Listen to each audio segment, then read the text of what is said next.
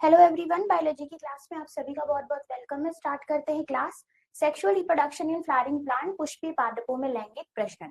अब बायोलॉजी का ये सबसे पहला चैप्टर है हमारी क्लास 12th के लिए, और आज की क्लास में हम आपको hand out solution video provide कर रहे हैं, जिसमें हम आपको पहले चैप्टर का पूरा सोल्यूशन देने वाले हैं, जो आपकी एग्जाम प्रिपरेशन में बहुत हेल्प करने वाला है। स्टार्ट करते हैं हम अपनी क्लास को। इस क्लास को हम किस तरीके से आगे ले जाने वाले हैं, सबसे पहले हम उसके बारे में डिस्कशन कर लेते हैं। स्टार्टिंग करेंगे हम आपको ऑब्जेक्टिव टाइप क्वेश्चन से, फिर हम वेरी शॉर्ट क्वेश्चन की तरफ चलेंगे, शॉर्ट आंसर टाइप क्वेश्चन की तरफ चलेंगे, एंड लास्ट में हम लॉन्ग आंसर टाइप क्वेश्चन की तरफ जाकर इस चैप्टर को क्लियर करेंगे। तो पुष्पीय पादपों में लैंगिक प्रजनन, sexual reproduction in flowering plant आपके बोर्ड एग्जाम के पर्पज से बहुत इंपॉर्टेंट चैप्टर है। इससे मैक्सिमम नंबर के क्वेश्चंस हर बार ही पूछे जाते हैं। इस पूरे हैंड आउट सोल्यूशन को किस तरीके से आपको प्रिपरेशन के लिए अपने आप को तैयार करना है, वो सारा का सारा हमने आपको इस पेज पर दिखा दिया है। यानी यहाँ पर हम type of question, number of questions किस किस तरीके के हैं और किस किस टाइप के क्वेश्चन है उनके बराबर में लिख दिए हैं, उनमें कितने सॉल्विंग टाइम लगेंगे आपको और आपको याद करने में कितना समय लगेगा, ये सब कुछ हमने आपको यहाँ पर बता दिया है। स्टार्ट करते हैं। सबसे पहले हम ऑब्जेक्टिव टाइप क्वेश्चन की तरफ चलेंगे और अपने पहले क्वेश्चन की तरफ बढ़ते हैं आगे।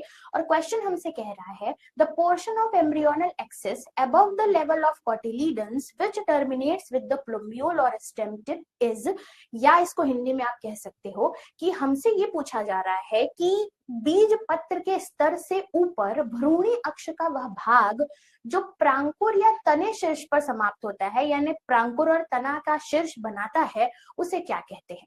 ठीक है, चार ऑप्शन है, इपिकोटाइल, हाइपोकोटाइल, स्केचुलम या इपीब्लास्ट। ठीक है, तो यहाँ पर अगर आप ध्यान से देखोगे तो इस क्वेश्चन में हमसे बेसिकली ये पूछ रहा है कि हमें बताइए कि एम्ब्रियोनल एक्सिस का ऐसा पोर्शन जो कि एक कॉटिलीडन्स में पाया जा रहा है आपके, और वो प्लूम्यूल और स्टेम टिप जाकर के बनाएंगे, उसको क्या कहते हैं।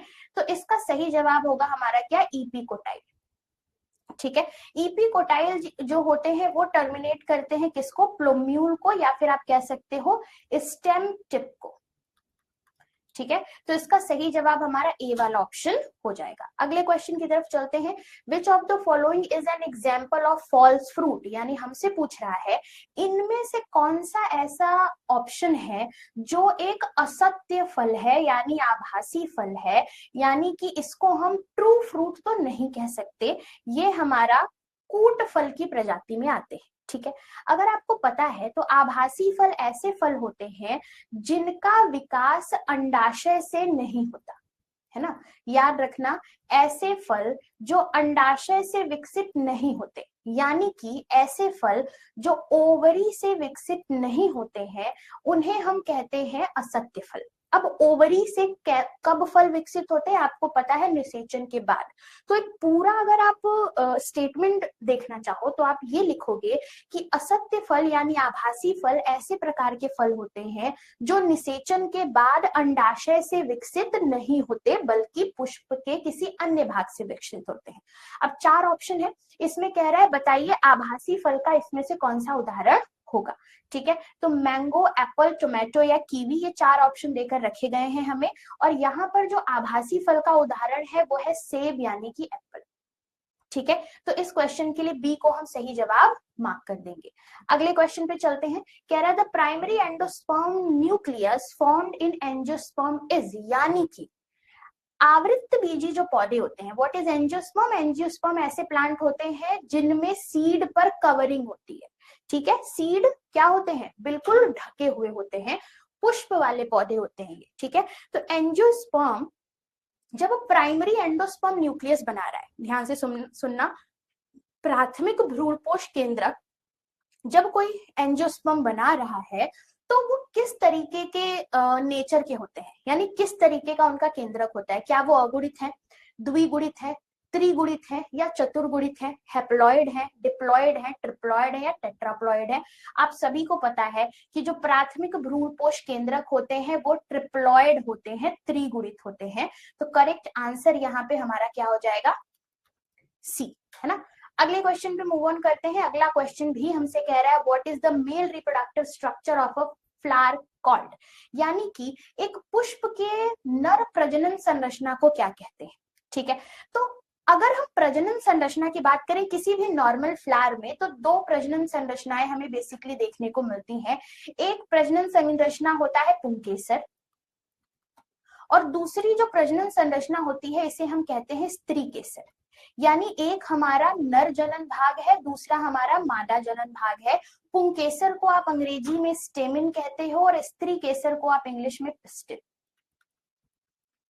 ठीक है, अब स्टेमिन जो होता है ये किसी फ्लावर का मेल रिप्रोडक्टिव पार्ट है और स्त्री केसर किसी फ्लावर का फीमेल रिप्रोडक्टिव पार्ट है। तो हमसे यहाँ पर पूछा है कि what is the male reproductive structure of a flower.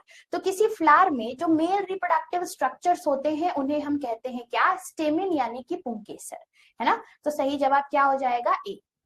अगले क्वेश्चन पे चलते हैं।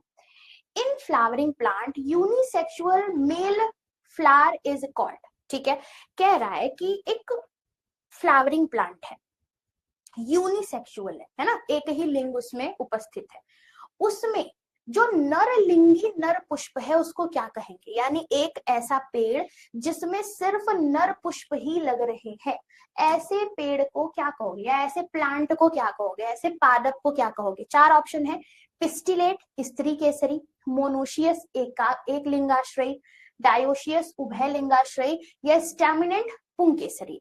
चार ऑप्शन हमारे पास है। हम यहाँ पर देखेंगे कि इस क्वेश्चन के लिए सही जवाब क्या होगा। तो हमें पता है कि अगर ऐसे फ्लावरिंग प्लांट जो यूनिसेक्सुअल मेल फ्लावर को अपने पास रख रहे हैं, ऐसे प्लांट हमारे कहलाते हैं पुंकेसरी, क्योंकि सारे के सारे जो फ्लावर हैं वो नर लैंगिक जनन भाग अपने पास रख रहे हैं। तो ऐसे जो फ्लावर होते हैं उसे हम स्टेमिनेंट कहते हैं। अगला question, carpel is made up of. Carpel किसका बना हुआ होता है, जायांग किसका बना हुआ होता है। तो जायांग के बेसिकली कितने भाग होते हैं, तीन भाग होते हैं।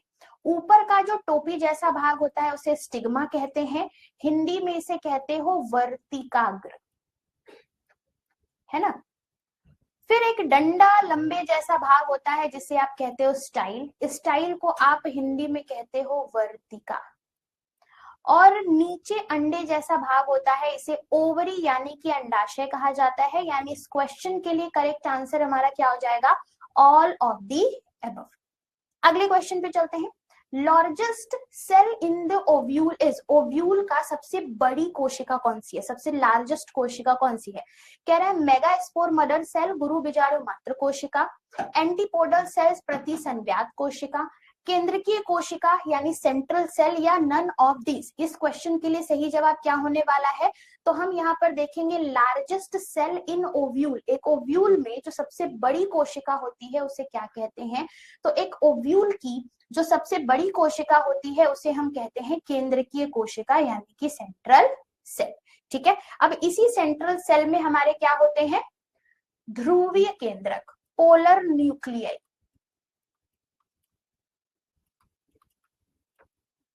है ना। इसी में क्या होंगे, ध्रुवीय केंद्रक यानी कि पोलर न्यूक्लियाई। चलते हैं अगले क्वेश्चन की तरफ बढ़ते हैं। अगला question is entomophily is pollination through. तो एंटोमोफिली यानी कीट परागण किसके माध्यम से परागण होता है। नाम से ही समझ में आ रहा है कीट परागण की बात हो रही है, यानी यहाँ परागण कौन करेगा, इंसेक्ट करेंगे, कीट करेंगे। तो इस क्वेश्चन के लिए करेक्ट आंसर हो जाएगा बी। अगला क्वेश्चन क्या कह रहा है, अगला क्वेश्चन हमसे कह रहा है कि at the time of entering embryo sac the pollen tube contains. अब ध्यान देना, कह रहे जब भ्रूण कोश में पराग नलिका प्रवेश करती है तो पराग नलिका में क्या होता है। ठीक है, तो चार ऑप्शन है, two male gamete, 2 male nuclei, 4 male gamete, या 3 मेल गैमीट। ठीक है, तो इस क्वेश्चन के लिए अगर हम सही जवाब देखें तो कह रहे हैं at the time of entering embryo sac the pollen tube contains. क्या होगा पॉलन ट्यूब में, तो पॉलन ट्यूब में होते हैं 2 नर युग्मक, और यही 2 नर युग्मक आकर के क्या करते हैं, निषेचन, जिसे हम कहते हैं दोहरा निषेचन यानी डबल फर्टिलाइजेशन। अगेन अगले क्वेश्चन पे चलते हैं। In which of the following species of plant seeds are produced through apomixis. कह रहा है इसमें से ऐसा कौन सा प्लांट का स्पीसीज है जो कि एपोमिक्सिस से बनाया जा सकता है। है ना। तो हम यहाँ पर अगर हम एपोमिक्सिस प्रोसेस की बात करें तो इसमें कह रहा है किस प्रजाति में बीज असंग जनन से, व्हाट इज असंग जनन? असंग जनन एपोमिक्सिस का मतलब ये है कि हमें फर्टिलाइजेशन तो करना नहीं है ना, फर्टिलाइजेशन के बिना, फर्टिलाइजेशन करना नहीं है लेकिन हमें बीज चाहिए, सीड चाहिए। इस तरीके से जो सीड बनते हैं विदाउट फर्टिलाइजेशन उसे हम असंग जनन एपोमिक्सिस कहते हैं, और ये आपको एस्ट्रेसिया और ग्रास के पादप प्रजाति के पादपों में देखने को मिल जाएगी। अगला question, cross pollination is preferred over self pollination because it, कह रहा है हम क्रॉस पॉलिनेशन को ज्यादा प्रेफर करते हैं सेल्फ पॉलिनेशन की अपेक्षा, ऐसा क्यों है? पर परागण को स्वपरागण से बेहतर मानते हैं, ऐसा क्यों है? 4 ऑप्शन है। कह रहा है produce better offspring, forms new varieties, induce parthenogenesis या इज इकोनॉमिकल, क्या बेहतर संतति उत्पन्न होती है, क्या नई किस्में बनती है, क्या अनिषेक जनन प्रेरित होता है या किफायती होता है। तो इस क्वेश्चन के लिए अगर हम देखेंगे तो कह रहा है क्यों हम इनको ज्यादा प्रेफरेबल बनाते हैं, क्योंकि आपको पता है कि जब हम क्रॉस पॉलिनेशन में जाते हैं तो इसमें पॉसिबिलिटी ये होती है कि हमें नई वेराइटीज के भी कुछ प्लांट्स मिल सकते हैं या सीड्स मिल सकते हैं जिनसे आप बाद में प्लांट डेवलप कर सकते हो, ठीक है। तो सेल्फ पॉलिनेशन में एक ही वेराइटी हमेशा आपको मिलेगी, लेकिन क्रॉस पॉलिनेशन में वेरिएशन आ सकता है, नई किस्में आ सकती हैं। तो सही जवाब इस क्वेश्चन के लिए क्या हो जाएगा? B option. अगला क्वेश्चन आते हैं। अच्छा, अगला क्वेश्चन हमसे क्या कह रहा है? Arrangement of nuclei in normal dicot embryo is embryo sacs, ठीक है। तो कह रहा है किसी सामान्य द्विबीजपत्री भ्रूण कोश में केंद्रकों की कैसी व्यवस्था होती है ना। सामान्य द्विबीजपत्री भ्रूण कोश में केंद्रकों की व्यवस्था पूछी जा रही है, क्या व्यवस्था होती है? तो अगर आपको याद हो तो कुछ इस तरीके का हमारा भ्रूण कोश होता है जिसमें ऊपर की तरफ 3 सेल्स होती हैं, फिर हमारा बीच में एक पोलर न्यूक्लियाई होता है, फिर सबसे नीचे एक बड़ी कोशिका, उसके किनारे किनारे 2 छोटी कोशिकाएं होती है, ठीक है। तो ऊपर सबसे पहले कितनी केंद्रक की व्यवस्था होगी? 3, ठीक है। उसके बाद बीच की तरफ आते हैं, इसमें कितनी होती है? 2। फिर नीचे की तरफ आते हैं, फिर कितनी होती है? 3। तो सही जवाब क्या हो जाएगा? सी, ठीक है। तो ऊपर की तरफ क्या है? प्रतिसंव्यात कोशिका है, नीचे ध्रुवीय केंद्रक है, और उसके बाद सबसे नीचे अंड कोशिका और किनारे किनारे सहायक कोशिकाएं होती हैं। तो कुछ इस तरीके से भ्रूण कोश में केंद्रकों की व्यवस्था होती है। अगेन अगला question is, in angiosperm all the 4 microspore of a tetrad are covered by a layer formed of, यानी कि आवृत्त बीजी पौधों में जो लघु बीजाणु होते हैं, ठीक है, कितने बनते हैं? 4। अब 4 लघु बीजाणु एक परत से ढके हुए होते हैं, उस परत को क्या कहते हैं? ठीक है, तो उस परत की अगर हम बात करें तो इन चारों लघु बीजाणुओं को जो परत ढकती है उसे कैलोज कहते हैं। इसको याद रखिएगा, ये बहुत इंपॉर्टेंट है, ठीक है। अगला क्वेश्चन पर आते हैं। अगला क्वेश्चन इज कि अ डाइथिकस एंथर कंटेन्स, ठीक है, एक डाइथिकस एंथर है, ठीक है। ये क्या है? मान लो ये पराग कोश है जो द्विपालित है। इस पराग कोश के अंदर जब हम इसका और गहरा स्ट्रक्चर देखते हैं तो इसमें आपको 4 कोष्ठ मिलते हैं कुछ इस तरीके से, ठीक है। तो एक डाइथिकस एंथर में कितने माइक्रोस्पोरेंजिया होंगे? तो आपको कितने दिख रहे हैं? 1 2 3 4। तो हम क्या लिखेंगे? और डाइथिकस एंथर कंटेन 4 माइक्रोस्पोरेंजिया। तो इस क्वेश्चन के लिए हमारा सही जवाब क्या हो जाएगा? 4 लघु बीजाणु धानी इसमें उपस्थित होते हैं, ठीक। अगला क्वेश्चन, द पॉलन इज, पराग कण कैसे होते हैं? तो पराग कण जो होते हैं आपको पता है मेल गैमीट बनाने वाले हैं और इसमें क्रोमोसोम का नंबर हाफ होता है। तो ये हमेशा कैसे होंगे? हैप्लॉइड होंगे, अगुणित होते हैं, ठीक है। ओके, अगले क्वेश्चन पे चलते हैं। प्रोटीनिशियस एंडोस्पर्म ऑफ मेज इज कॉल्ड, मेज में, ठीक है, यानी मक्के के भ्रूण कोश में एक प्रोटीन का एक कवर पाया जाता है ना।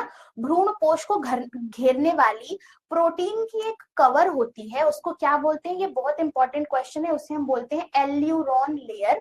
तो इसको याद रखेंगे, ये इस क्वेश्चन का सही जवाब है। अगेन अगले क्वेश्चन पर आते हैं। The inner most layer of microsporangia which nourishes the developing pollen grain is, यानी कि लघु बीजाणु धानी की सबसे भीतरी परत जो विकासशील पराग कणों को पोषण देती है उसको क्या कहते हैं। चार ऑप्शन है, चार ऑप्शन हमारा कह रहा है स्पोरोजीनस टिश्यू, फिर हमसे कह रहा है फिलामेंट, फिर टेपिटम, फिर इंटाइन। आपको याद है लघु बीजाणु धानी की सबसे भीतरी परत को टेपिटम कहते हैं, और ये जो टेपिटम है ये नरिशमेंट प्रोवाइड करने का काम करता है डेवलपिंग यानी विकासशील, जो विकसित होने वाले हैं परागकण उनको। अगला question, the part of the gynoecium that determines the compatible nature of pollen, कह रहा है जायांग का वह भाग बताइए जो परागकण की संगत प्रकृति का निर्धारण करता है। चार ऑप्शन है हमारे पास, चार ऑप्शन हमसे कह रहा है स्टिग्मा, स्टाइल, ओवरी या फिर सिनर्जिड्स। तो आपको पता है कि जब भी हम ऊपर के भाग को देखते हैं तो मान लो कि ये हमारा वर्तिकाग्र है, वर्तिका है और अंडाशय, इसी वर्तिकाग्र पर आकर के क्या बैठते हैं, पॉलिन ग्रेन। और यही जो वर्तिका है यानी कि ये जो स्टिग्मा होती है, ये जो वर्तिकाग्र होती है, यही देखती है कि पॉलिन ग्रेन यानी ये जो परागकण यहाँ पर बैठा हुआ है ये इसकी प्रजाति का है या नहीं। इसकी संगत प्रकृति का निर्धारण, कंपैटिबिलिटी का निर्धारण कौन करता है, स्टिग्मा करता है। तो सही जवाब यहाँ पर ए हो जाएगा। अब यहाँ पर हमने खत्म कर दिया है ऑब्जेक्टिव टाइप क्वेश्चन। अब हम आते हैं very short answer type question पर, छोटे छोटे लाइनों के जो प्रश्न पूछे जाते हैं एग्जाम में उनकी तरफ। कह रहे हैं what are the possibilities pollination is chasmogamous flower, उन्मील परागणी पुष्प में परागण की क्या संभावनाएं होती हैं। ठीक है, तो चेस्मोगैमस फ्लावर जो होते हैं उसमें क्रॉस पॉलिनेशन, सेल्फ पॉलिनेशन दोनों हो सकता है। यानी कि ये ऐसे फ्लावर होते हैं, चेस्मोगैमस कैसे होते हैं, ऐसे फ्लावर होते हैं जो हमेशा ओपन रहते हैं, खुले हुए रहते हैं। अब आपको पता है ऐसे फ्लावर खुले हुए हैं तो उसमें सेल्फ पॉलिनेशन भी हो सकता है, क्रॉस पॉलिनेशन भी हो सकता है। तो स्वपरागण भी करा सकते हैं, पर परागण भी करा सकते हैं। यहाँ पर इस तरीके से हम इसको लिख लेंगे। अगला question, what is triple fusion, त्रिक संलयन क्या है या त्रिसंलयन क्या है। ठीक है, हमें पता है कि जो आवृत्त बीजी पौधे होते हैं यानी एंजियोस्पर्म जो होते हैं उसमें पॉलिन ट्यूब के अंदर क्या आते हैं, दो मेल गैमीट, याद रखना है ना। एंजियोस्पर्म में पॉलिन ट्यूब में दो मेल गैमीट आते हैं। मान लो एक का नाम हमने ए रख दिया, दूसरे का बी। ठीक है, जो ए वाला मेल गैमीट है ये पोलर न्यूक्लियाई से जाकर फ्यूज कर लेता है यानी ध्रुवीय केंद्रकों के साथ फ्यूज कर लेता है।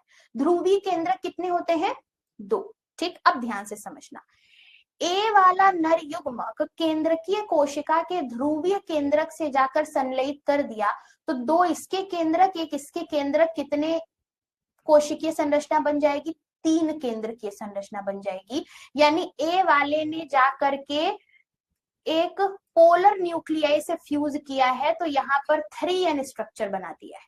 बी वाला अंड कोशिका के साथ जाकर मिलता है, एग सेल के साथ मिलता है तो द्विगुणित कोशिका बनाएगा। ठीक है, अब ये जो त्रिगुणित कोशिका बनी हुई है इसी ही प्रोसेस को त्रिक संलयन कहते हैं। यानी एंजियोस्पर्म में एक मेल न्यूक्लियस जो है या कह सकते हो एक मेल गैमीट जो है वो जा करके केंद्रकीय कोशिका के, है ना, सेंट्रल सेल के पोलर न्यूक्लियाई के साथ जो कि डिप्लॉइड होते हैं उनके साथ फ्यूज करके एक ट्रिप्लॉइड स्ट्रक्चर बना देता है, ट्रिप्लॉइड प्राइमरी एंडोस्पर्म न्यूक्लियस बना देता है। इसी प्रोसेस को हम ट्रिपल फ्यूजन या फिर त्रिक संलयन कहते हैं। कह रहे हैं वायु परागण को परिभाषित करिए, एनीमोफिली को परिभाषित करिए। अब सिंपल सी बात है, वायु परागण में जो एजेंट होगा, है ना, वायु परागण का जो कारक होगा वो सिंपल सी बात है कौन होगा, एयर होगा यानी वायु होगा। ठीक है, कह रहे हैं वायु परागण, एनिमोफिली का जो पॉलिनेशन है ये वायु के माध्यम से होता है, विंड के माध्यम से होता है, हवा की मदद से होता है। ठीक है, इसमें प्लांट्स जो होते हैं वो कौन कौन से आएंगे, जैसे घास की प्रजाति, मक्के की प्रजाति, ये सब इस तरीके से परागण यानी पॉलिनेशन कर सकते हैं। ठीक है, यहाँ आप ध्यान देना कि इस वायु परागण के लिए जितने भी पॉलन ग्रेन हवा लेकर जा रही होगी ना, तो हवा को किसी चीज को उड़ाने के लिए क्या होना चाहिए, उस चीज का हल्का होना चाहिए, सूखा होना चाहिए और चिपचिपा रहित होना चाहिए। ठीक है, तो इसमें जो पॉलन ग्रेन होते हैं वो लाइट होते हैं यानी हल्के होते हैं, नॉन स्टिकी होते हैं यानी सूखे होते हैं, बिल्कुल ड्राई होंगे, और फेदरी स्टिग्मास इन पे पाए जाते हैं यानी इनकी जो वर्तिकाग्र होती है वो पंखों जैसी होती है ताकि उस पंख पर कोई पॉलन ग्रेन आकर के चिपक जाए। तो ये वायु परागण को आप परिभाषित इस तरीके से कर सकते हो। अब हम आते हैं शॉर्ट आंसर टाइप क्वेश्चन पर। ठीक है, सबसे पहले हमें बताना है व्हाट इज पॉलिनेशन, फिर हमें एयर पॉलिनेटेड फ्लावर का कैरेक्टरिस्टिक बताना है यानी परागण को परिभाषित करना है, फिर वायु परागित पुष्पों की विशेषता लिखनी है। ठीक है, परागण की अगर आप बात करो तो पॉलिनेशन एक ऐसी प्रक्रिया होती है जिसमें पॉलन ग्रेन का ट्रांसफर होता है एंथर से और कहां पर, stigma of a pistil part of flower. ठीक है, सेम फ्लावर या फिर डिफरेंट फ्लावर में जब इस तरीके के प्रोसेस हम देखेंगे तो इसे हम कहेंगे पॉलिनेशन। याद रखो ध्यान से, कह रहे पॉलिनेशन एक ऐसी प्रक्रिया है जिसमें ट्रांसफर ऑफ पॉलन ग्रेन, किसका ट्रांसफर होता है, पराग कणों का। पराग कणों का ट्रांसफर कहां से होता है, from the anther to the stigma. ठीक, कहां, एंथर से स्टिग्मा पर, कहां, पराग कोश से वर्तिकाग्र पर। ठीक, या तो ये प्रक्रिया सेम फ्लावर में हो सकती है या तो डिफरेंट फ्लावर में डिफरेंट प्लांट के सेम स्पीसीज के हो सकती है, तो इसे हम कहते हैं पॉलिनेशन। तो इस तरीके से पॉलिनेशन तो हम लिख लेंगे। ठीक है, लेकिन एयर पॉलिनेटेड जो फ्लावर होते हैं उनके कैरेक्टरिस्टिक्स क्या है, सबसे पहली बात इनका पॉलन ग्रेन जो होता है हल्का होता है, सूखा हुआ होता है ताकि हवा इनको आसानी से उड़ा सके। ठीक, तो हल्के गैर चिपचिपे होते हैं ताकि हवा के साथ ही आसानी से क्या कर सके, उड़ सके। ठीक, साथ ही साथ इनका जो एंथर होता है वो पूरी तरीके से एक्सपोज्ड होते हैं, खुले हुए होते हैं। जैसे इनका जो एंथर है इस तरीके से एंथर होगा, वो पूरा ओपन रहेगा ताकि हवा इसके एंथर से पॉलन ग्रेन को उड़ा उड़ा के क्या कर सके, बिखरा सके। तो इनके एंथर पूरी तरीके से खुले हुए होते हैं ताकि हवा इनको आसानी से बिखेर सके। इनके स्टिग्मा की जो खासियत ये होती है कि इन तरीके के जो फ्लावर होते हैं उनकी स्टिग्मा पंखों जैसी होती है, जैसे इस तरीके से फेदरी होगी, पंखों जैसी होगी, ताकि हवा में जो पॉलन ग्रेन उड़ रहे हैं वो इनकी पंखों में आसानी से चिपक सके। ठीक है, तो इनकी स्टिग्मा बड़ी होती है, फेदरी होती है, पंखदार होते हैं ताकि हवा में उड़ने वाले जो पॉलन ग्रेन है वो आसानी से इनके इस वर्तिकाग्र में क्या कर सके, फंस सके। फ्लावर्स की अगर आप बात करो तो फ्लावर ऐसा बहुत बड़े नहीं होते, है ना, तो छोटे फ्लावर होते हैं, है ना। क्यों, क्योंकि हवा को ना तो अट्रैक्शन चाहिए ना तो सुंदरता चाहिए, क्योंकि वो नॉन लिविंग है। ठीक है, तो इनके जो फ्लावर होते हैं वो छोटे होंगे, नीरस रंग के होते हैं यानी कि डल कलर्ड होते हैं, सुंदर कलर इनका नहीं होता है, और ये कोई भी सुगंध या नेक्टर, फूलों का रस या तो कोई गंध नहीं छोड़ते, क्योंकि इनको किसी को आकर्षित करने की जरूरत नहीं है। हवा के पास फीलिंग नहीं है, ना तो उसके पास कोई ऐसा इमोशन है, ना तो उसको सुंदरता या खाने पीने से मतलब है, वो एक नॉन लिविंग चीज है। तो उसके लिए इसकी फूल को बहुत सुंदर, बड़ा या रंग बिरंगा इन सब तरीके की चीजों की जरूरत नहीं होती। एक और चीज है, ऐसे जो फ्लावर होते हैं उनमें पॉलन ग्रेन जो होंगे ना बहुत ज्यादा मात्रा में बनेंगे। क्यों, क्योंकि हवा जरूरी नहीं है कि एक पॉलन ग्रेन उठाकर उसे किसी निश्चित तरीके के फ्लावर के ऊपर गिराए। हवा सैकड़ों पॉलन ग्रेन, हजारों पॉलन ग्रेन उड़ाती रहेगी और इत्तेफाक से कोई पॉलन ग्रेन उसी स्पीसीज के फ्लावर पर बैठेगा तभी निषेचन होगा। ठीक है। तो फ्लावर जो होंगे बहुत ज्यादा तरीके के पॉलन ग्रेन्स बनाएंगे, पॉलन बनाते हैं, क्यों? क्योंकि हवा किसी भी दिशा में उसको बहा कर ले जाती है, ठीक है। तो इस तरीके से क्वांटिटी फ्लावर्स की यहाँ पर ज्यादा होती है। अगला question, mention 3 strategies evolved to prevent self pollination in flower। अगर हम सेल्फ पॉलिनेशन को प्रिवेंट करना चाहते हैं, रोकना चाहते हैं, तो हमें बताइए कि हम ऐसे कौन सी 3 स्ट्रेटजीज का यूज कर सकते हैं, ठीक है। तो कोई 3 स्ट्रेटजीज जिसमें हम सेल्फ पॉलिनेशन किसी भी फ्लावर में रोक सकते हैं। पहला होता है विषम काल पक्वता, डाइकोगेमी, है ना, ये पहला है। इसमें क्या होगा, नाम से समझो, विषम काल पक्वता, यानी कि अगर किसी फ्लावर में मेल एंड फीमेल पार्ट है, तो उसका जो मेल पार्ट है एंथर और फीमेल पार्ट जो है स्टिग्मा, ये दोनों अलग अलग समय पर मैच्योर हो। अगर ये अलग अलग समय पर मैच्योर होंगे तो फिर क्या होगा, दोनों एक दूसरे के लिए निषेचन के लिए पूरी तरीके से तैयार नहीं होंगे। क्यों? क्योंकि निषेचन के लिए पूरी तरीके से तभी तैयार होगा कोई फ्लावर जब वो समान समय पर मैच्योर रहे। अब क्योंकि पहले या तो एंथर मैच्योर हो जा रहा है या पहले स्टिग्मा मैच्योर हो जा रहा है, इनका अलग अलग समय पर मैच्योर होना इनको सेल्फ पॉलिनेशन से बचा देता है। Second is herkogamy. इस प्रोसेस में कोई फ्लावर है तो उसमें मेल और फीमेल रिप्रोडक्टिव पार्ट के बीच में कोई मैकेनिकल बैरियर ला दो, कोई भौतिक बाधा ला दो, ठीक है। अब इस तरीके के जो बैरियर्स होते हैं वो मेल पार्ट को फीमेल पार्ट तक पहुंचने से रोक देंगे, ठीक है। तो इस तरीके से भी प्रिवेंट हो सकता है क्या, स्वपरागण, सेल्फ पॉलिनेशन। तीसरा इज सेल्फ इनकम्पैटिबिलिटी।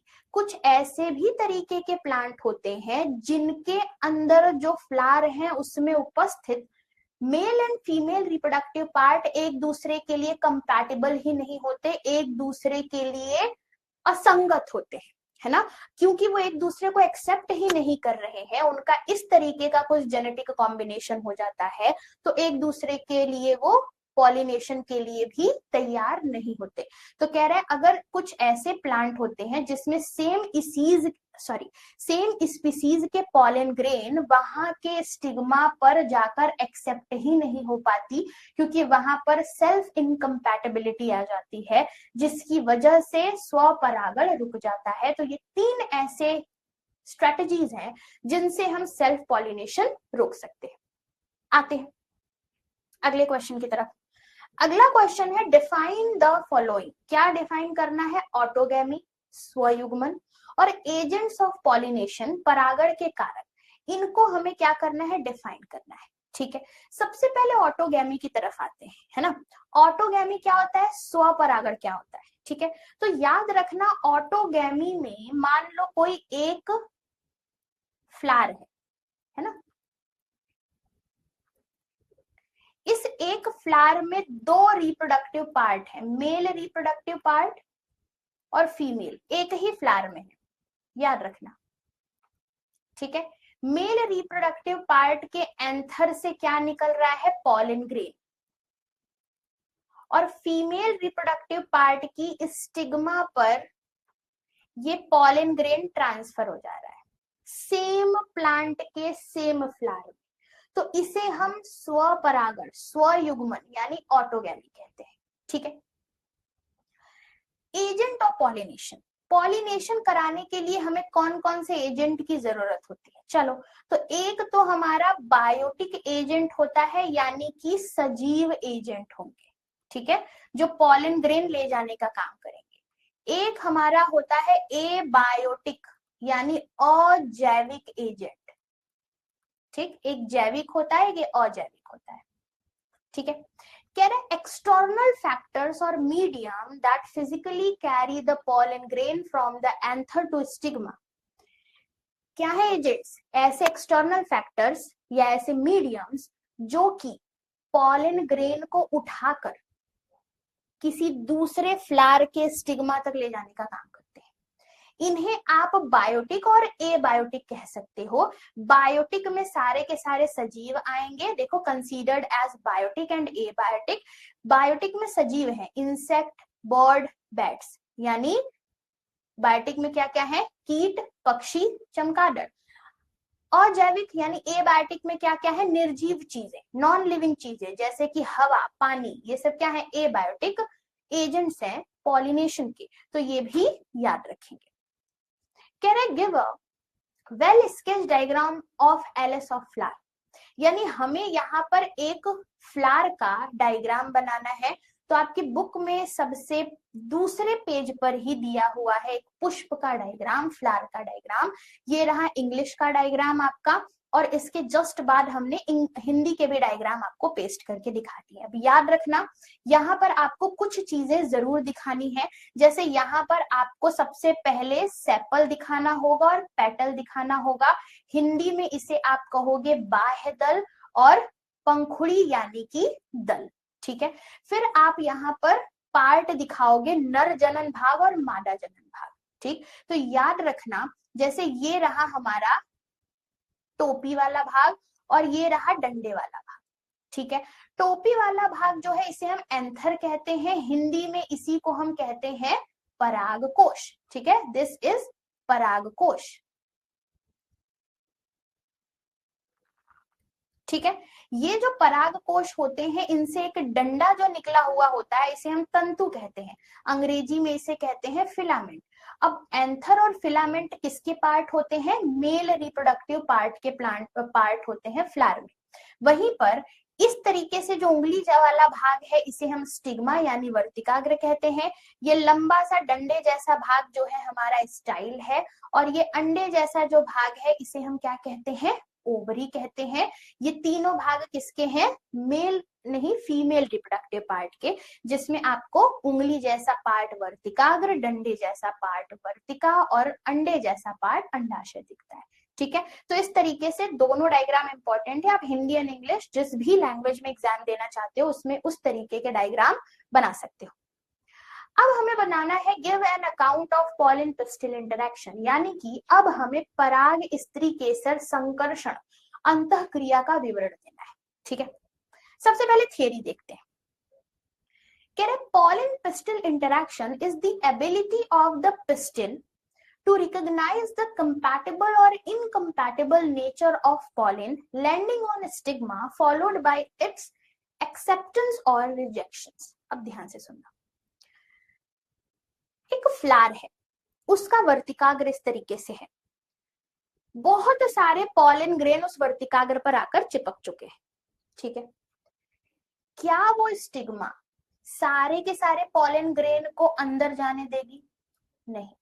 स्टिग्मा एक टेस्ट लेती है, उस टेस्ट में वो देखती है कि उसकी जाति का पॉलन ग्रेन कौन सा है।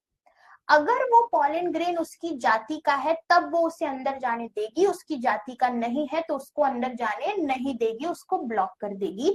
इसे ही हम पॉलन पिस्टिल इंटरेक्शन कहते हैं। यानी पराग स्त्री केसर अंतःक्रिया एक ऐसी प्रक्रिया होती है जिसमें वर्तिकाग्र उस पर उतरे हुए पराग कणों की संगत और असंगत प्रकृति का पहचान करती है। अगर संगत है तो अंदर जाने देगी, असंगत है तो अंदर जाने नहीं देगी।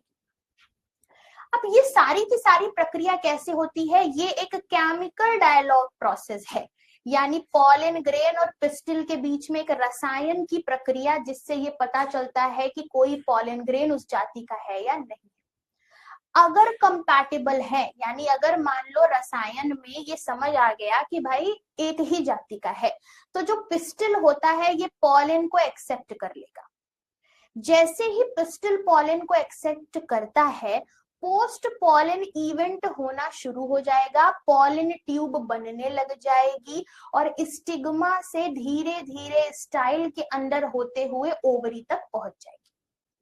लेकिन अगर इनकम्पैटिबल है, रॉन्ग टाइप का है, यानी पॉलन ग्रेन उसकी जाति का नहीं है, तो पिस्टिल पॉलन ग्रेन को वहीं से रिजेक्ट कर देती है, पॉलन का जर्मिनेशन वहां पर रुक जाता है, पॉलन ट्यूब बनेगा ही नहीं। इसी तरीके से हम एक अच्छा सक्सेसफुल फर्टिलाइजेशन किसी भी फ्लावरिंग प्लांट में दिखते हैं, ठीक है।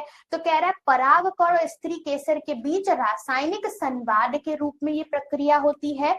यदि संगत तरीके का रिजल्ट है, यानी परागकण वर्तिकाग्र के बीच में सब कुछ एकदम रासायनिक रूप से सही है, एक ही जाति का है, तो वर्तिकाग्र कणों को स्वीकार कर लेता है। ठीक है, ओके।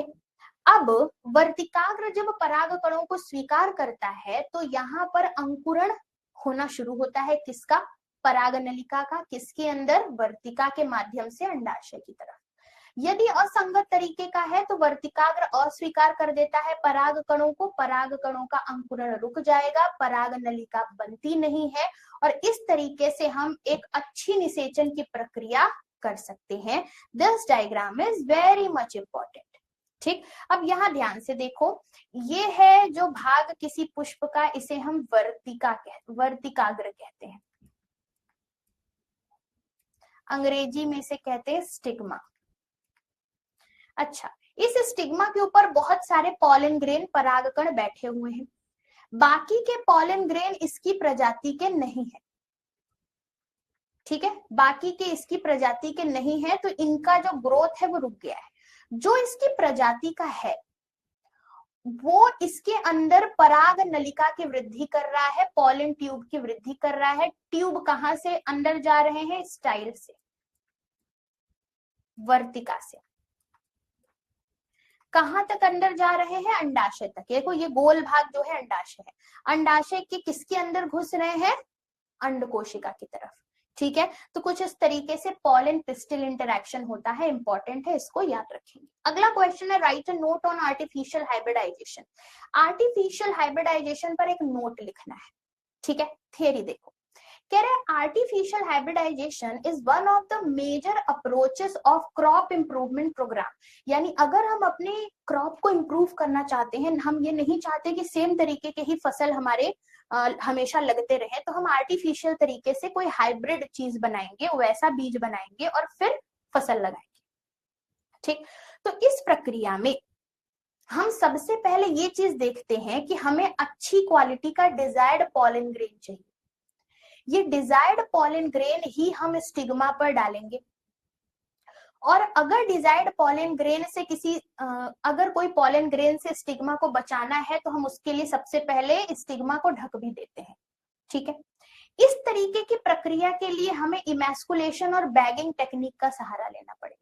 ठीक, तो आर्टिफिशियल हाइब्रिडाइजेशन एक ऐसा अप्रोच है जिसमें हम क्रॉप की इंप्रूवमेंट कराते हैं। इस एक्सपेरिमेंट में हम सबसे ज्यादा दो चीजों का ध्यान रखेंगे कि हमें सिर्फ डिजायर्ड पॉलन ग्रेन का ही यूज करना है और अदर पॉलन ग्रेन को स्टिग्मा पर गिरने से बचाना है, जिस प्रोसेस के लिए हम दो चीजों का यूज करते हैं, इमैस्कुलेशन एंड बैगिंग टेक्निक। ठीक है, कह रहे हैं अगर कोई फीमेल फ्लावर है, ठीक है, if the female parent bear bisexual flower, यानी कोई फीमेल पेरेंट है जिसमें बाइसेक्सुअल फ्लावर आ रहे हैं, तो वहां पर हम एंथर को क्या करेंगे? एंथर को रिमूव करेंगे। ठीक, यानी हम चाहते हैं कि कोई बाइसेक्सुअल फ्लावर है जिसमें मेल एंड फीमेल दोनों रिप्रोडक्टिव पार्ट उग जाएंगे, लेकिन हमें चाहिए कि उसमें सिर्फ फीमेल पेरेंट ही रहे, मेल पेरेंट नहीं रहे, तो उसको बर्ड स्टेज में ही हम एंथर को वहां से उखाड़ कर फेंक देंगे। ठीक है, यानी एंथर को निकालने के लिए हमें फोर्सेप्स का यूज करना पड़ेगा, एक चिमटी का यूज करना पड़ेगा, जिससे हम एंथर को निकाल कर फेंक देंगे। इस प्रक्रिया को इमैस्कुलेशन कहते हैं। इमैस्कुलेशन प्रोसेस के बाद जो हमारा फीमेल पार्ट होगा उसको हम एक बैग से कवर कर देंगे ताकि उस पर दोबारा कोई पॉलन ग्रेन ना गिर पाए। क्यों? ताकि स्टिग्मा पर कोई अनवांटेड पॉलन ग्रेन ना गिर पाए। इस प्रक्रिया को बैगिंग कहेंगे। जैसे ही female reproductive part stigma mature हो गया, हम अपनी मर्जी का मैच्योर पॉलन ग्रेन इकट्ठा करेंगे और उस पर ले आकर छिड़क देंगे, और छिड़कने के बाद फिर से उसे बैग से पैक कर देंगे, रीबैग कर देंगे, और धीरे धीरे वहां पर फिर नई प्रजाति के फ्रूट्स डेवलप होंगे। इसे हम आर्टिफिशियल हाइब्रिडाइजेशन कहते हैं। ठीक है, तो कृत्रिम संकरण तकनीकी जो है ये एक फसल सुधार कार्यक्रम है। इसमें हम इस तरीके से क्रॉस कराते हैं कि हम वांछित पॉलन ग्रेन यानी परागकणों का उपयोग करें और वर्तिकाग्र को संदूषण से बचाने के लिए उसको ढक देते हैं। इस तकनीकी में हम विपुंसन और बैगिंग तकनीकी का यूज करते हैं। मान लो हमारे पास उभयलिंगी पुष्प है जिसमें नर और मादा जनन भाग दोनों है, तो हम सबसे पहले मादा जनन भाग को बचाकर रखेंगे, नर जनन भाग को चिमटी के माध्यम से उखाड़कर कली की अवस्था में ही निकालकर फेंक देंगे। इस प्रक्रिया को हम विपुंसन कहते हैं। ठीक है, अब ये जो विपुंसित फूल है जिसमें सिर्फ मादा जनन भाग है, उसको हम एक बैग से ढक देते हैं, जो कि जनरली एक बटर पेपर भी हो सकता है। मान लो उसके वर्तिकाग्र एक समय के बाद जब मेच्योर हो जाएंगे तो हम अपने मर्जी के पॉलन ग्रेन वहां पर ले आकर के छिड़क देंगे और कुछ समय के बाद उसको वापस से बैग से पैक कर देंगे। कुछ समय में वहां पर हमारी मर्जी के फलों का विकास होगा और यही है कृत्रिम हाइब्रिडाइजेशन, कृत्रिम संकरण। अगला क्वेश्चन कह रहा है what do you understand by microsporogenesis? लघु बीजाणु जनन से आप क्या समझते हो? ठीक है, माइक्रोस्पोरोजेनेसिस, लघु बीजाणु जनन एक ऐसी प्रक्रिया है जिसमें माइक्रोस्पोर का फॉर्मेशन होता है, यानी क्या बनते हैं? लघु बीजाणु। और यही लघु बीजाणु क्या है? परागकण है। ठीक है, माइक्रोस्पोरोजेनेसिस में ये जो लघु बीजाणु बने हुए हैं ये कौन सी कोशिका से बनते हैं? पराग कोश के अंदर की माइक्रोस्पोर मदर सेल से, यानी एमएमसी से। ठीक, जिसे पॉलन मदर सेल भी कहते हो। ये शुरू में तो डिप्लॉयड होती हैं, लेकिन जब ये माइक्रोस्पोर बनाएंगी तब ये हैप्लॉयड हो जाती है। ठीक है, तो कुछ इसी तरीके से लघु बीजाणु जनन होता है। कैसे होता है? तो कह रहे हैं सबसे पहले the cell of sporogenous tissue within the microsporangium undergo meiotic division. सबसे पहले स्पोरेंजियम के अंदर जो टिश्यूज होते हैं उसमें मियोटिक डिवीजन होगा, जिसमें माइक्रोस्पोर मदर सेल एमएमसी जो होंगे वो मियोटिक डिवीजन करके 4 माइक्रोस्पोर बनाएंगे जो एक टेट्रॉड के फॉर्म में हो जाते हैं और हर सेल हैप्लॉइड होता है। ठीक है, एज द एंथर मेच्योर, जैसे ही एंथर मेच्योर होगा माइक्रोस्पोर जो होंगे वो क्या होंगे? पॉलन ग्रेन के रूप में बदल जाएंगे और इनको फिर हम यूज कर सकते हैं किसके लिए? पॉलिनेशन के लिए। ठीक, तो लघु बीजाणु मात्र कोशिका में अर्धसूत्री विभाजन से लघु बीजाणु चतुष्क बनते हैं। जैसे जैसे पराग कोश में ये परिपक्व होते हैं, लघु बीजाणु चतुष्क से अलग होकर क्या बना देता है? परागकण। और फिर अब हम इसका परागण प्रक्रिया में, पॉलिनेशन प्रक्रिया में यूज कर सकते हैं। अगला question, What do you understand by double fertilization? दोहरा निषेचन क्या होता है? दोहरे निषेचन से हम क्या समझते हैं? तो सबसे पहली बात, डबल फर्टिलाइजेशन किसका कैरेक्टरिस्टिक होता है? एंजियोस्पर्म का, यानी पुष्पीय पादप का, आवृत्त बीजी पादपों का। तो डबल फर्टिलाइजेशन एक यूनिक, अनूठी विशेषता होती है किसी फ्लावरिंग प्लांट की, किसी पुष्पीय पादप की, जहां पर 2 बार फ्यूजन, 2 बार संलयन दिखता है किसी एम्ब्रियो सैक में, भ्रूण कोश के अंदर। 2 बार हमने कहा संयुग्मन दिखता है, तो सबसे पहला जो संयुग्मन है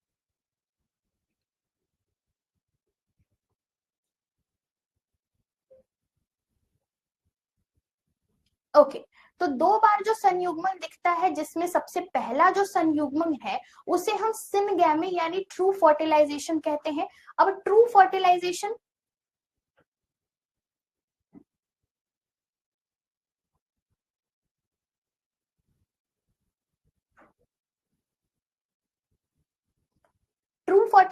में क्या होता है?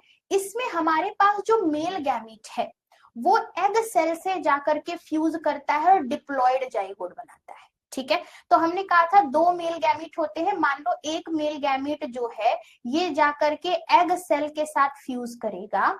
अब हमें पता है एग सेल भी हैप्लॉयड है, ये वाला मेल गैमीट भी हैप्लॉयड है, तो ये यहाँ पर बनाता है जाइगोट। जो जाइगोट यहाँ पर बनेगा वो डिप्लॉयड होगा और इस तरीके का जो फर्टिलाइजेशन होता है इसे हम कहते हैं सिनगैमी। ठीक है, तो ये पहला हमारा फर्टिलाइजेशन प्रोसेस है डबल फर्टिलाइजेशन में। दूसरा जो फर्टिलाइजेशन है इसे ट्रिपल फ्यूजन कहते हैं। कैसे ट्रिपल फ्यूजन कहते हैं? यहाँ पर जो दूसरा वाला मेल गैमीट है वो जा करके पोलर न्यूक्लियाई के साथ फ्यूज कर जाता है और प्राथमिक एंडोस्पर्म न्यूक्लियस बनाता है, PEN बनाता है। और ये जो फ्यूजन है इसे हम ट्रिपल फ्यूजन कहते हैं, क्योंकि 2 बार यहाँ पर आपको फ्यूजन देखने को मिल रहा है, one is syngamy, another is triple fusion, तो इसी वजह से इसे हम डबल फर्टिलाइजेशन नाम देते हैं। ठीक, तो पहला जो संलयन है इसे युग्मक संलयन कहते हैं। युग्मक संलयन में एक नर युग्मक, जिसे हम ए से डिनोट कर रहे हैं, वो अंड कोशिका के साथ संयुग्मित होकर युग्मनज बनाता है, जो आगे भ्रूण बनाएगा। दूसरा जो युग्मन है उसे त्रिक संलयन कहते हैं, जिसमें दूसरा वाला नर युग्मक, जिसे हम बी से डिनोट कर रहे हैं, ध्रुवीय केंद्रकों के साथ जुड़ता है। ध्रुवीय केंद्र डिप्लॉयड होते हैं, द्वि केंद्रकीय होते हैं, और ये मिलकर के त्रिगुणित प्राथमिक भ्रूणपोष केंद्रक बनाते हैं, जो आगे चलकर भ्रूणपोष में डेवलप होता है। क्योंकि 2 बार यहाँ पर फर्टिलाइजेशन हमने देखा, इसी वजह से ये दोहरा निषेचन है। अब हम आते हैं लॉन्ग आंसर टाइप क्वेश्चन पे। यहाँ पर हमें लघु बीजाणु जनन और गुरु बीजाणु जनन में अंतर स्पष्ट करना है। बहुत इजी सी बात है, कैसे लिखेंगे ध्यान से देखना। एक तरफ हमने माइक्रोस्पोरोजेनेसिस लिख दिया है, यानी लघु बीजाणु जनन लिख दिया है, दूसरी तरफ हमने मेगास्पोरोजेनेसिस गुरु बीजाणु जनन लिख दिया है। ठीक है, माइक्रोस्पोरोजेनेसिस जो होता है, ये जो प्रोसेस है, इसके अंतर्गत हम किसका फॉर्मेशन करते हैं? लघु बीजाणु का, यानी कि माइक्रोस्पोर का। ठीक है, लेकिन मेगास्पोर्स जो होते हैं, मेगास्पोरोजेनेसिस जो होते हैं, इनमें हम गुरु बीजाणु का फॉर्मेशन करते हैं, यानी मेगास्पोर्स का फॉर्मेशन करेंगे। तो ऐसी प्रक्रिया जिसमें लघु बीजाणु यानी माइक्रोस्पोर बनते हैं उसे माइक्रोस्पोरोजेनेसिस कहते हैं, और ऐसी प्रक्रिया जिसमें गुरु बीजाणु यानी मेगास्पोर बनते हैं उन्हें मेगास्पोरोजेनेसिस कहते हैं। माइक्रोस्पोरोजेनेसिस एंथर में होता है, पराग कोश में होता है। मेगास्पोरोजेनेसिस अंडाशय में होता है, ओवरी के अंदर होता है। ठीक है, अब ओवरी के अंदर ओव्यूल होगा जिसके अंदर ये प्रोसेस होगा। ठीक है, माइक्रोस्पोरोजेनेसिस के अंतर्गत हमें 4 माइक्रोस्पोर, 4 लघु बीजाणु मिलते हैं, लेकिन मेगास्पोरोजेनेसिस के अंतर्गत हमें एक फंक्शनल मेगास्पोर बनता है, जो कि मेगास्पोर मदर सेल से डेवलप हुआ है। इस तरीके से हम दोनों के बीच में डिफरेंशिएट कर सकते हैं।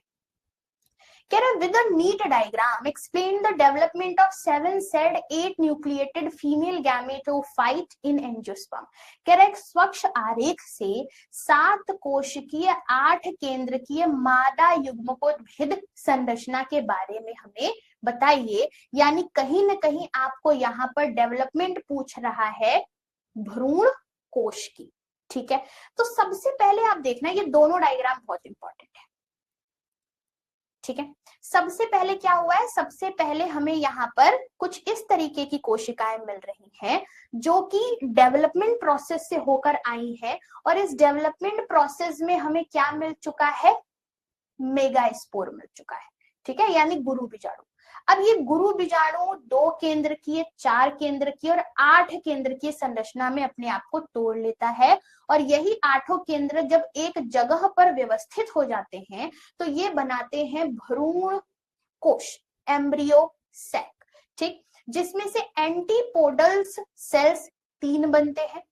फिर एक बड़ी सी कोशिका बनेगी जिसे सेंट्रल सेल कहेंगे, जिसमें 2 पोलर न्यूक्लियाई होते हैं, और नीचे हमें 3 सेल्स अगेन मिलेंगे, जिसमें एक एग सेल होता है और 2 सिनर्जिड्स होते हैं। ठीक है, एंटीपोडल्स के पास भी 3 न्यूक्लियस हैं, पोलर न्यूक्लियाई 2 होते हैं, एग के पास 1 न्यूक्लियस है, सिनर्जिड्स 2 हैं तो 2 न्यूक्लियस है। जब हम गिनेंगे तो हमें टोटल यहाँ पर 3 3 6 2 8 न्यूक्लियस मिलेगा।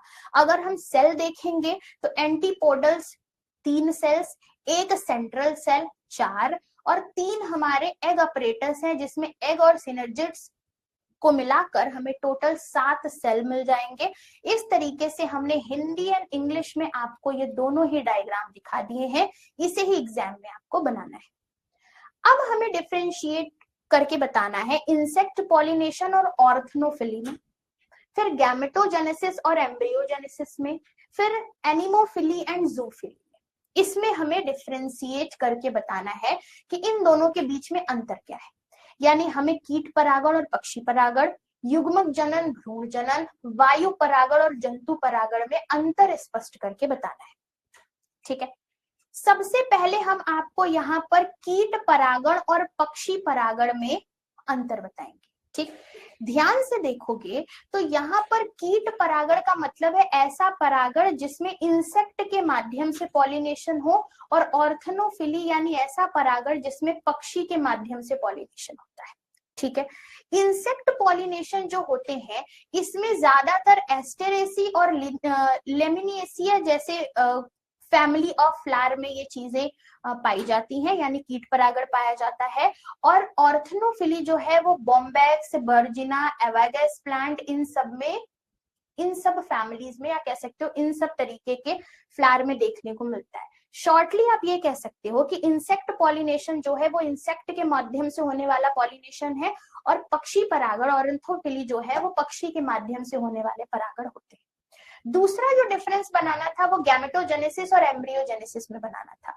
गैमेटोजेनेसिस में हमें किसका निर्माण देखना है? गैमीट का फॉर्मेशन देखना है। ठीक है, गैमीट बनता हुआ दिखना है। एम्ब्रियोजेनेसिस में हमें भ्रूण यानी एम्ब्रियो का बनना देखना है, भ्रूण निर्माण की प्रक्रिया देखनी है। ठीक है, तो कह रहा है गैमेटोजेनेसिस में हम गैमीट बनाते हैं, जैसे स्पर्मेटोजेनेसिस में हमने स्पर्म बनाना सीखा है, oogenesis में हमने एग बनाना सीखा है, और ये सारे ही क्या होते हैं? हैप्लॉइड होते हैं। एम्ब्रियोजेनेसिस में हम एम्ब्रियो का निर्माण करेंगे, और ये एम्ब्रियो हमारे यूनिसेलुलर जाइगोट से डेवलप होंगे। इस प्रक्रिया को एम्ब्रियोजेनेसिस कहते हैं। लास्टली एनेमोफिली एंड जूफिली की बात करेंगे तो कह रहा है in which transfer of pollen up to stigma take place by wind, यानी हवा के माध्यम से एनिमोफिली, और अगर एनिमल के माध्यम से पॉलिनेशन हो रहा है तो उसे जूफिली कहते हैं, जिसमें कोकोनट, डेट, पाम, मेज ये वायु परागण यानी एनिमोफिली के एग्जाम्पल है, और जंतु परागण के एग्जाम्पल मस्टर्ड, मैंगो ये सारे होते हैं। अगले क्वेश्चन पर आते हैं। कह रहा है व्हाट इज एंडोस्पर्म? एंडोस्पर्म क्या होते हैं? Give an account of structure and it's type, mention the significance of function of endosperm. Endosperm यानी भ्रूणपोष क्या है, इनके संरचना, इनका प्रकार और इनके महत्व और कार्यों का उल्लेख करना है। ठीक है, हमें पता है एंडोस्पर्म जो होते हैं ये ट्रिप्लॉइड तरीके के स्ट्रक्चर्स हैं। ये ऐसे टिश्यूज होते हैं जो एंजियोस्पर्म के सीड को क्या देंगे? न्यूट्रिशन। ये ट्रिप्लॉइड होते हैं और ये बनते किससे हैं? प्राइमरी एंडोस्पर्म न्यूक्लियस के द्वारा बनते हैं।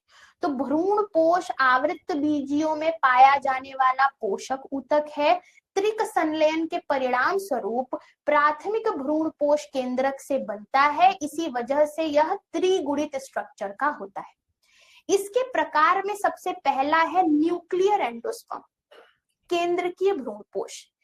इसमें आप देखोगे तो प्राथमिक एंडोस्पर्म न्यूक्लियस जो है वो सक्सेसिव फ्री न्यूक्लियर डिवीजन में जाता है, यानी कि मुक्त केंद्रकीय विभाजन में जाता है, जिसमें कोशिका भित्ति का निर्माण बाद में होता है या फिर नहीं होगा।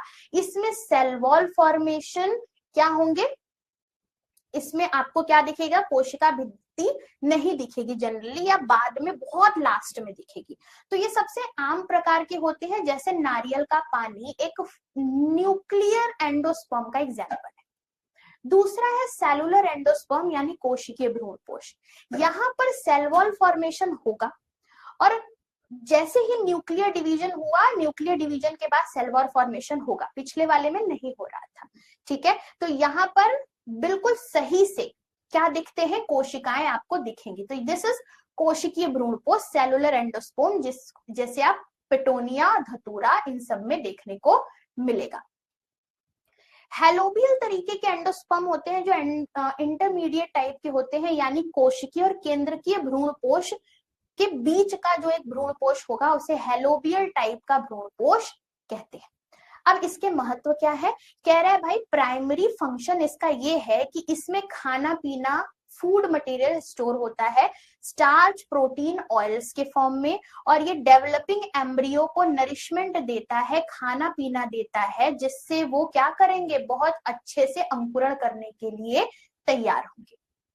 Right short note on the following. इसके बीच में हमें शॉर्ट नोट लिखना है। सबसे पहला एक डेवलपिंग मोनोकॉट एम्ब्रियो और फिर डेवलपिंग डाइकॉट एम्ब्रियो का शॉर्ट नोट लिखना है।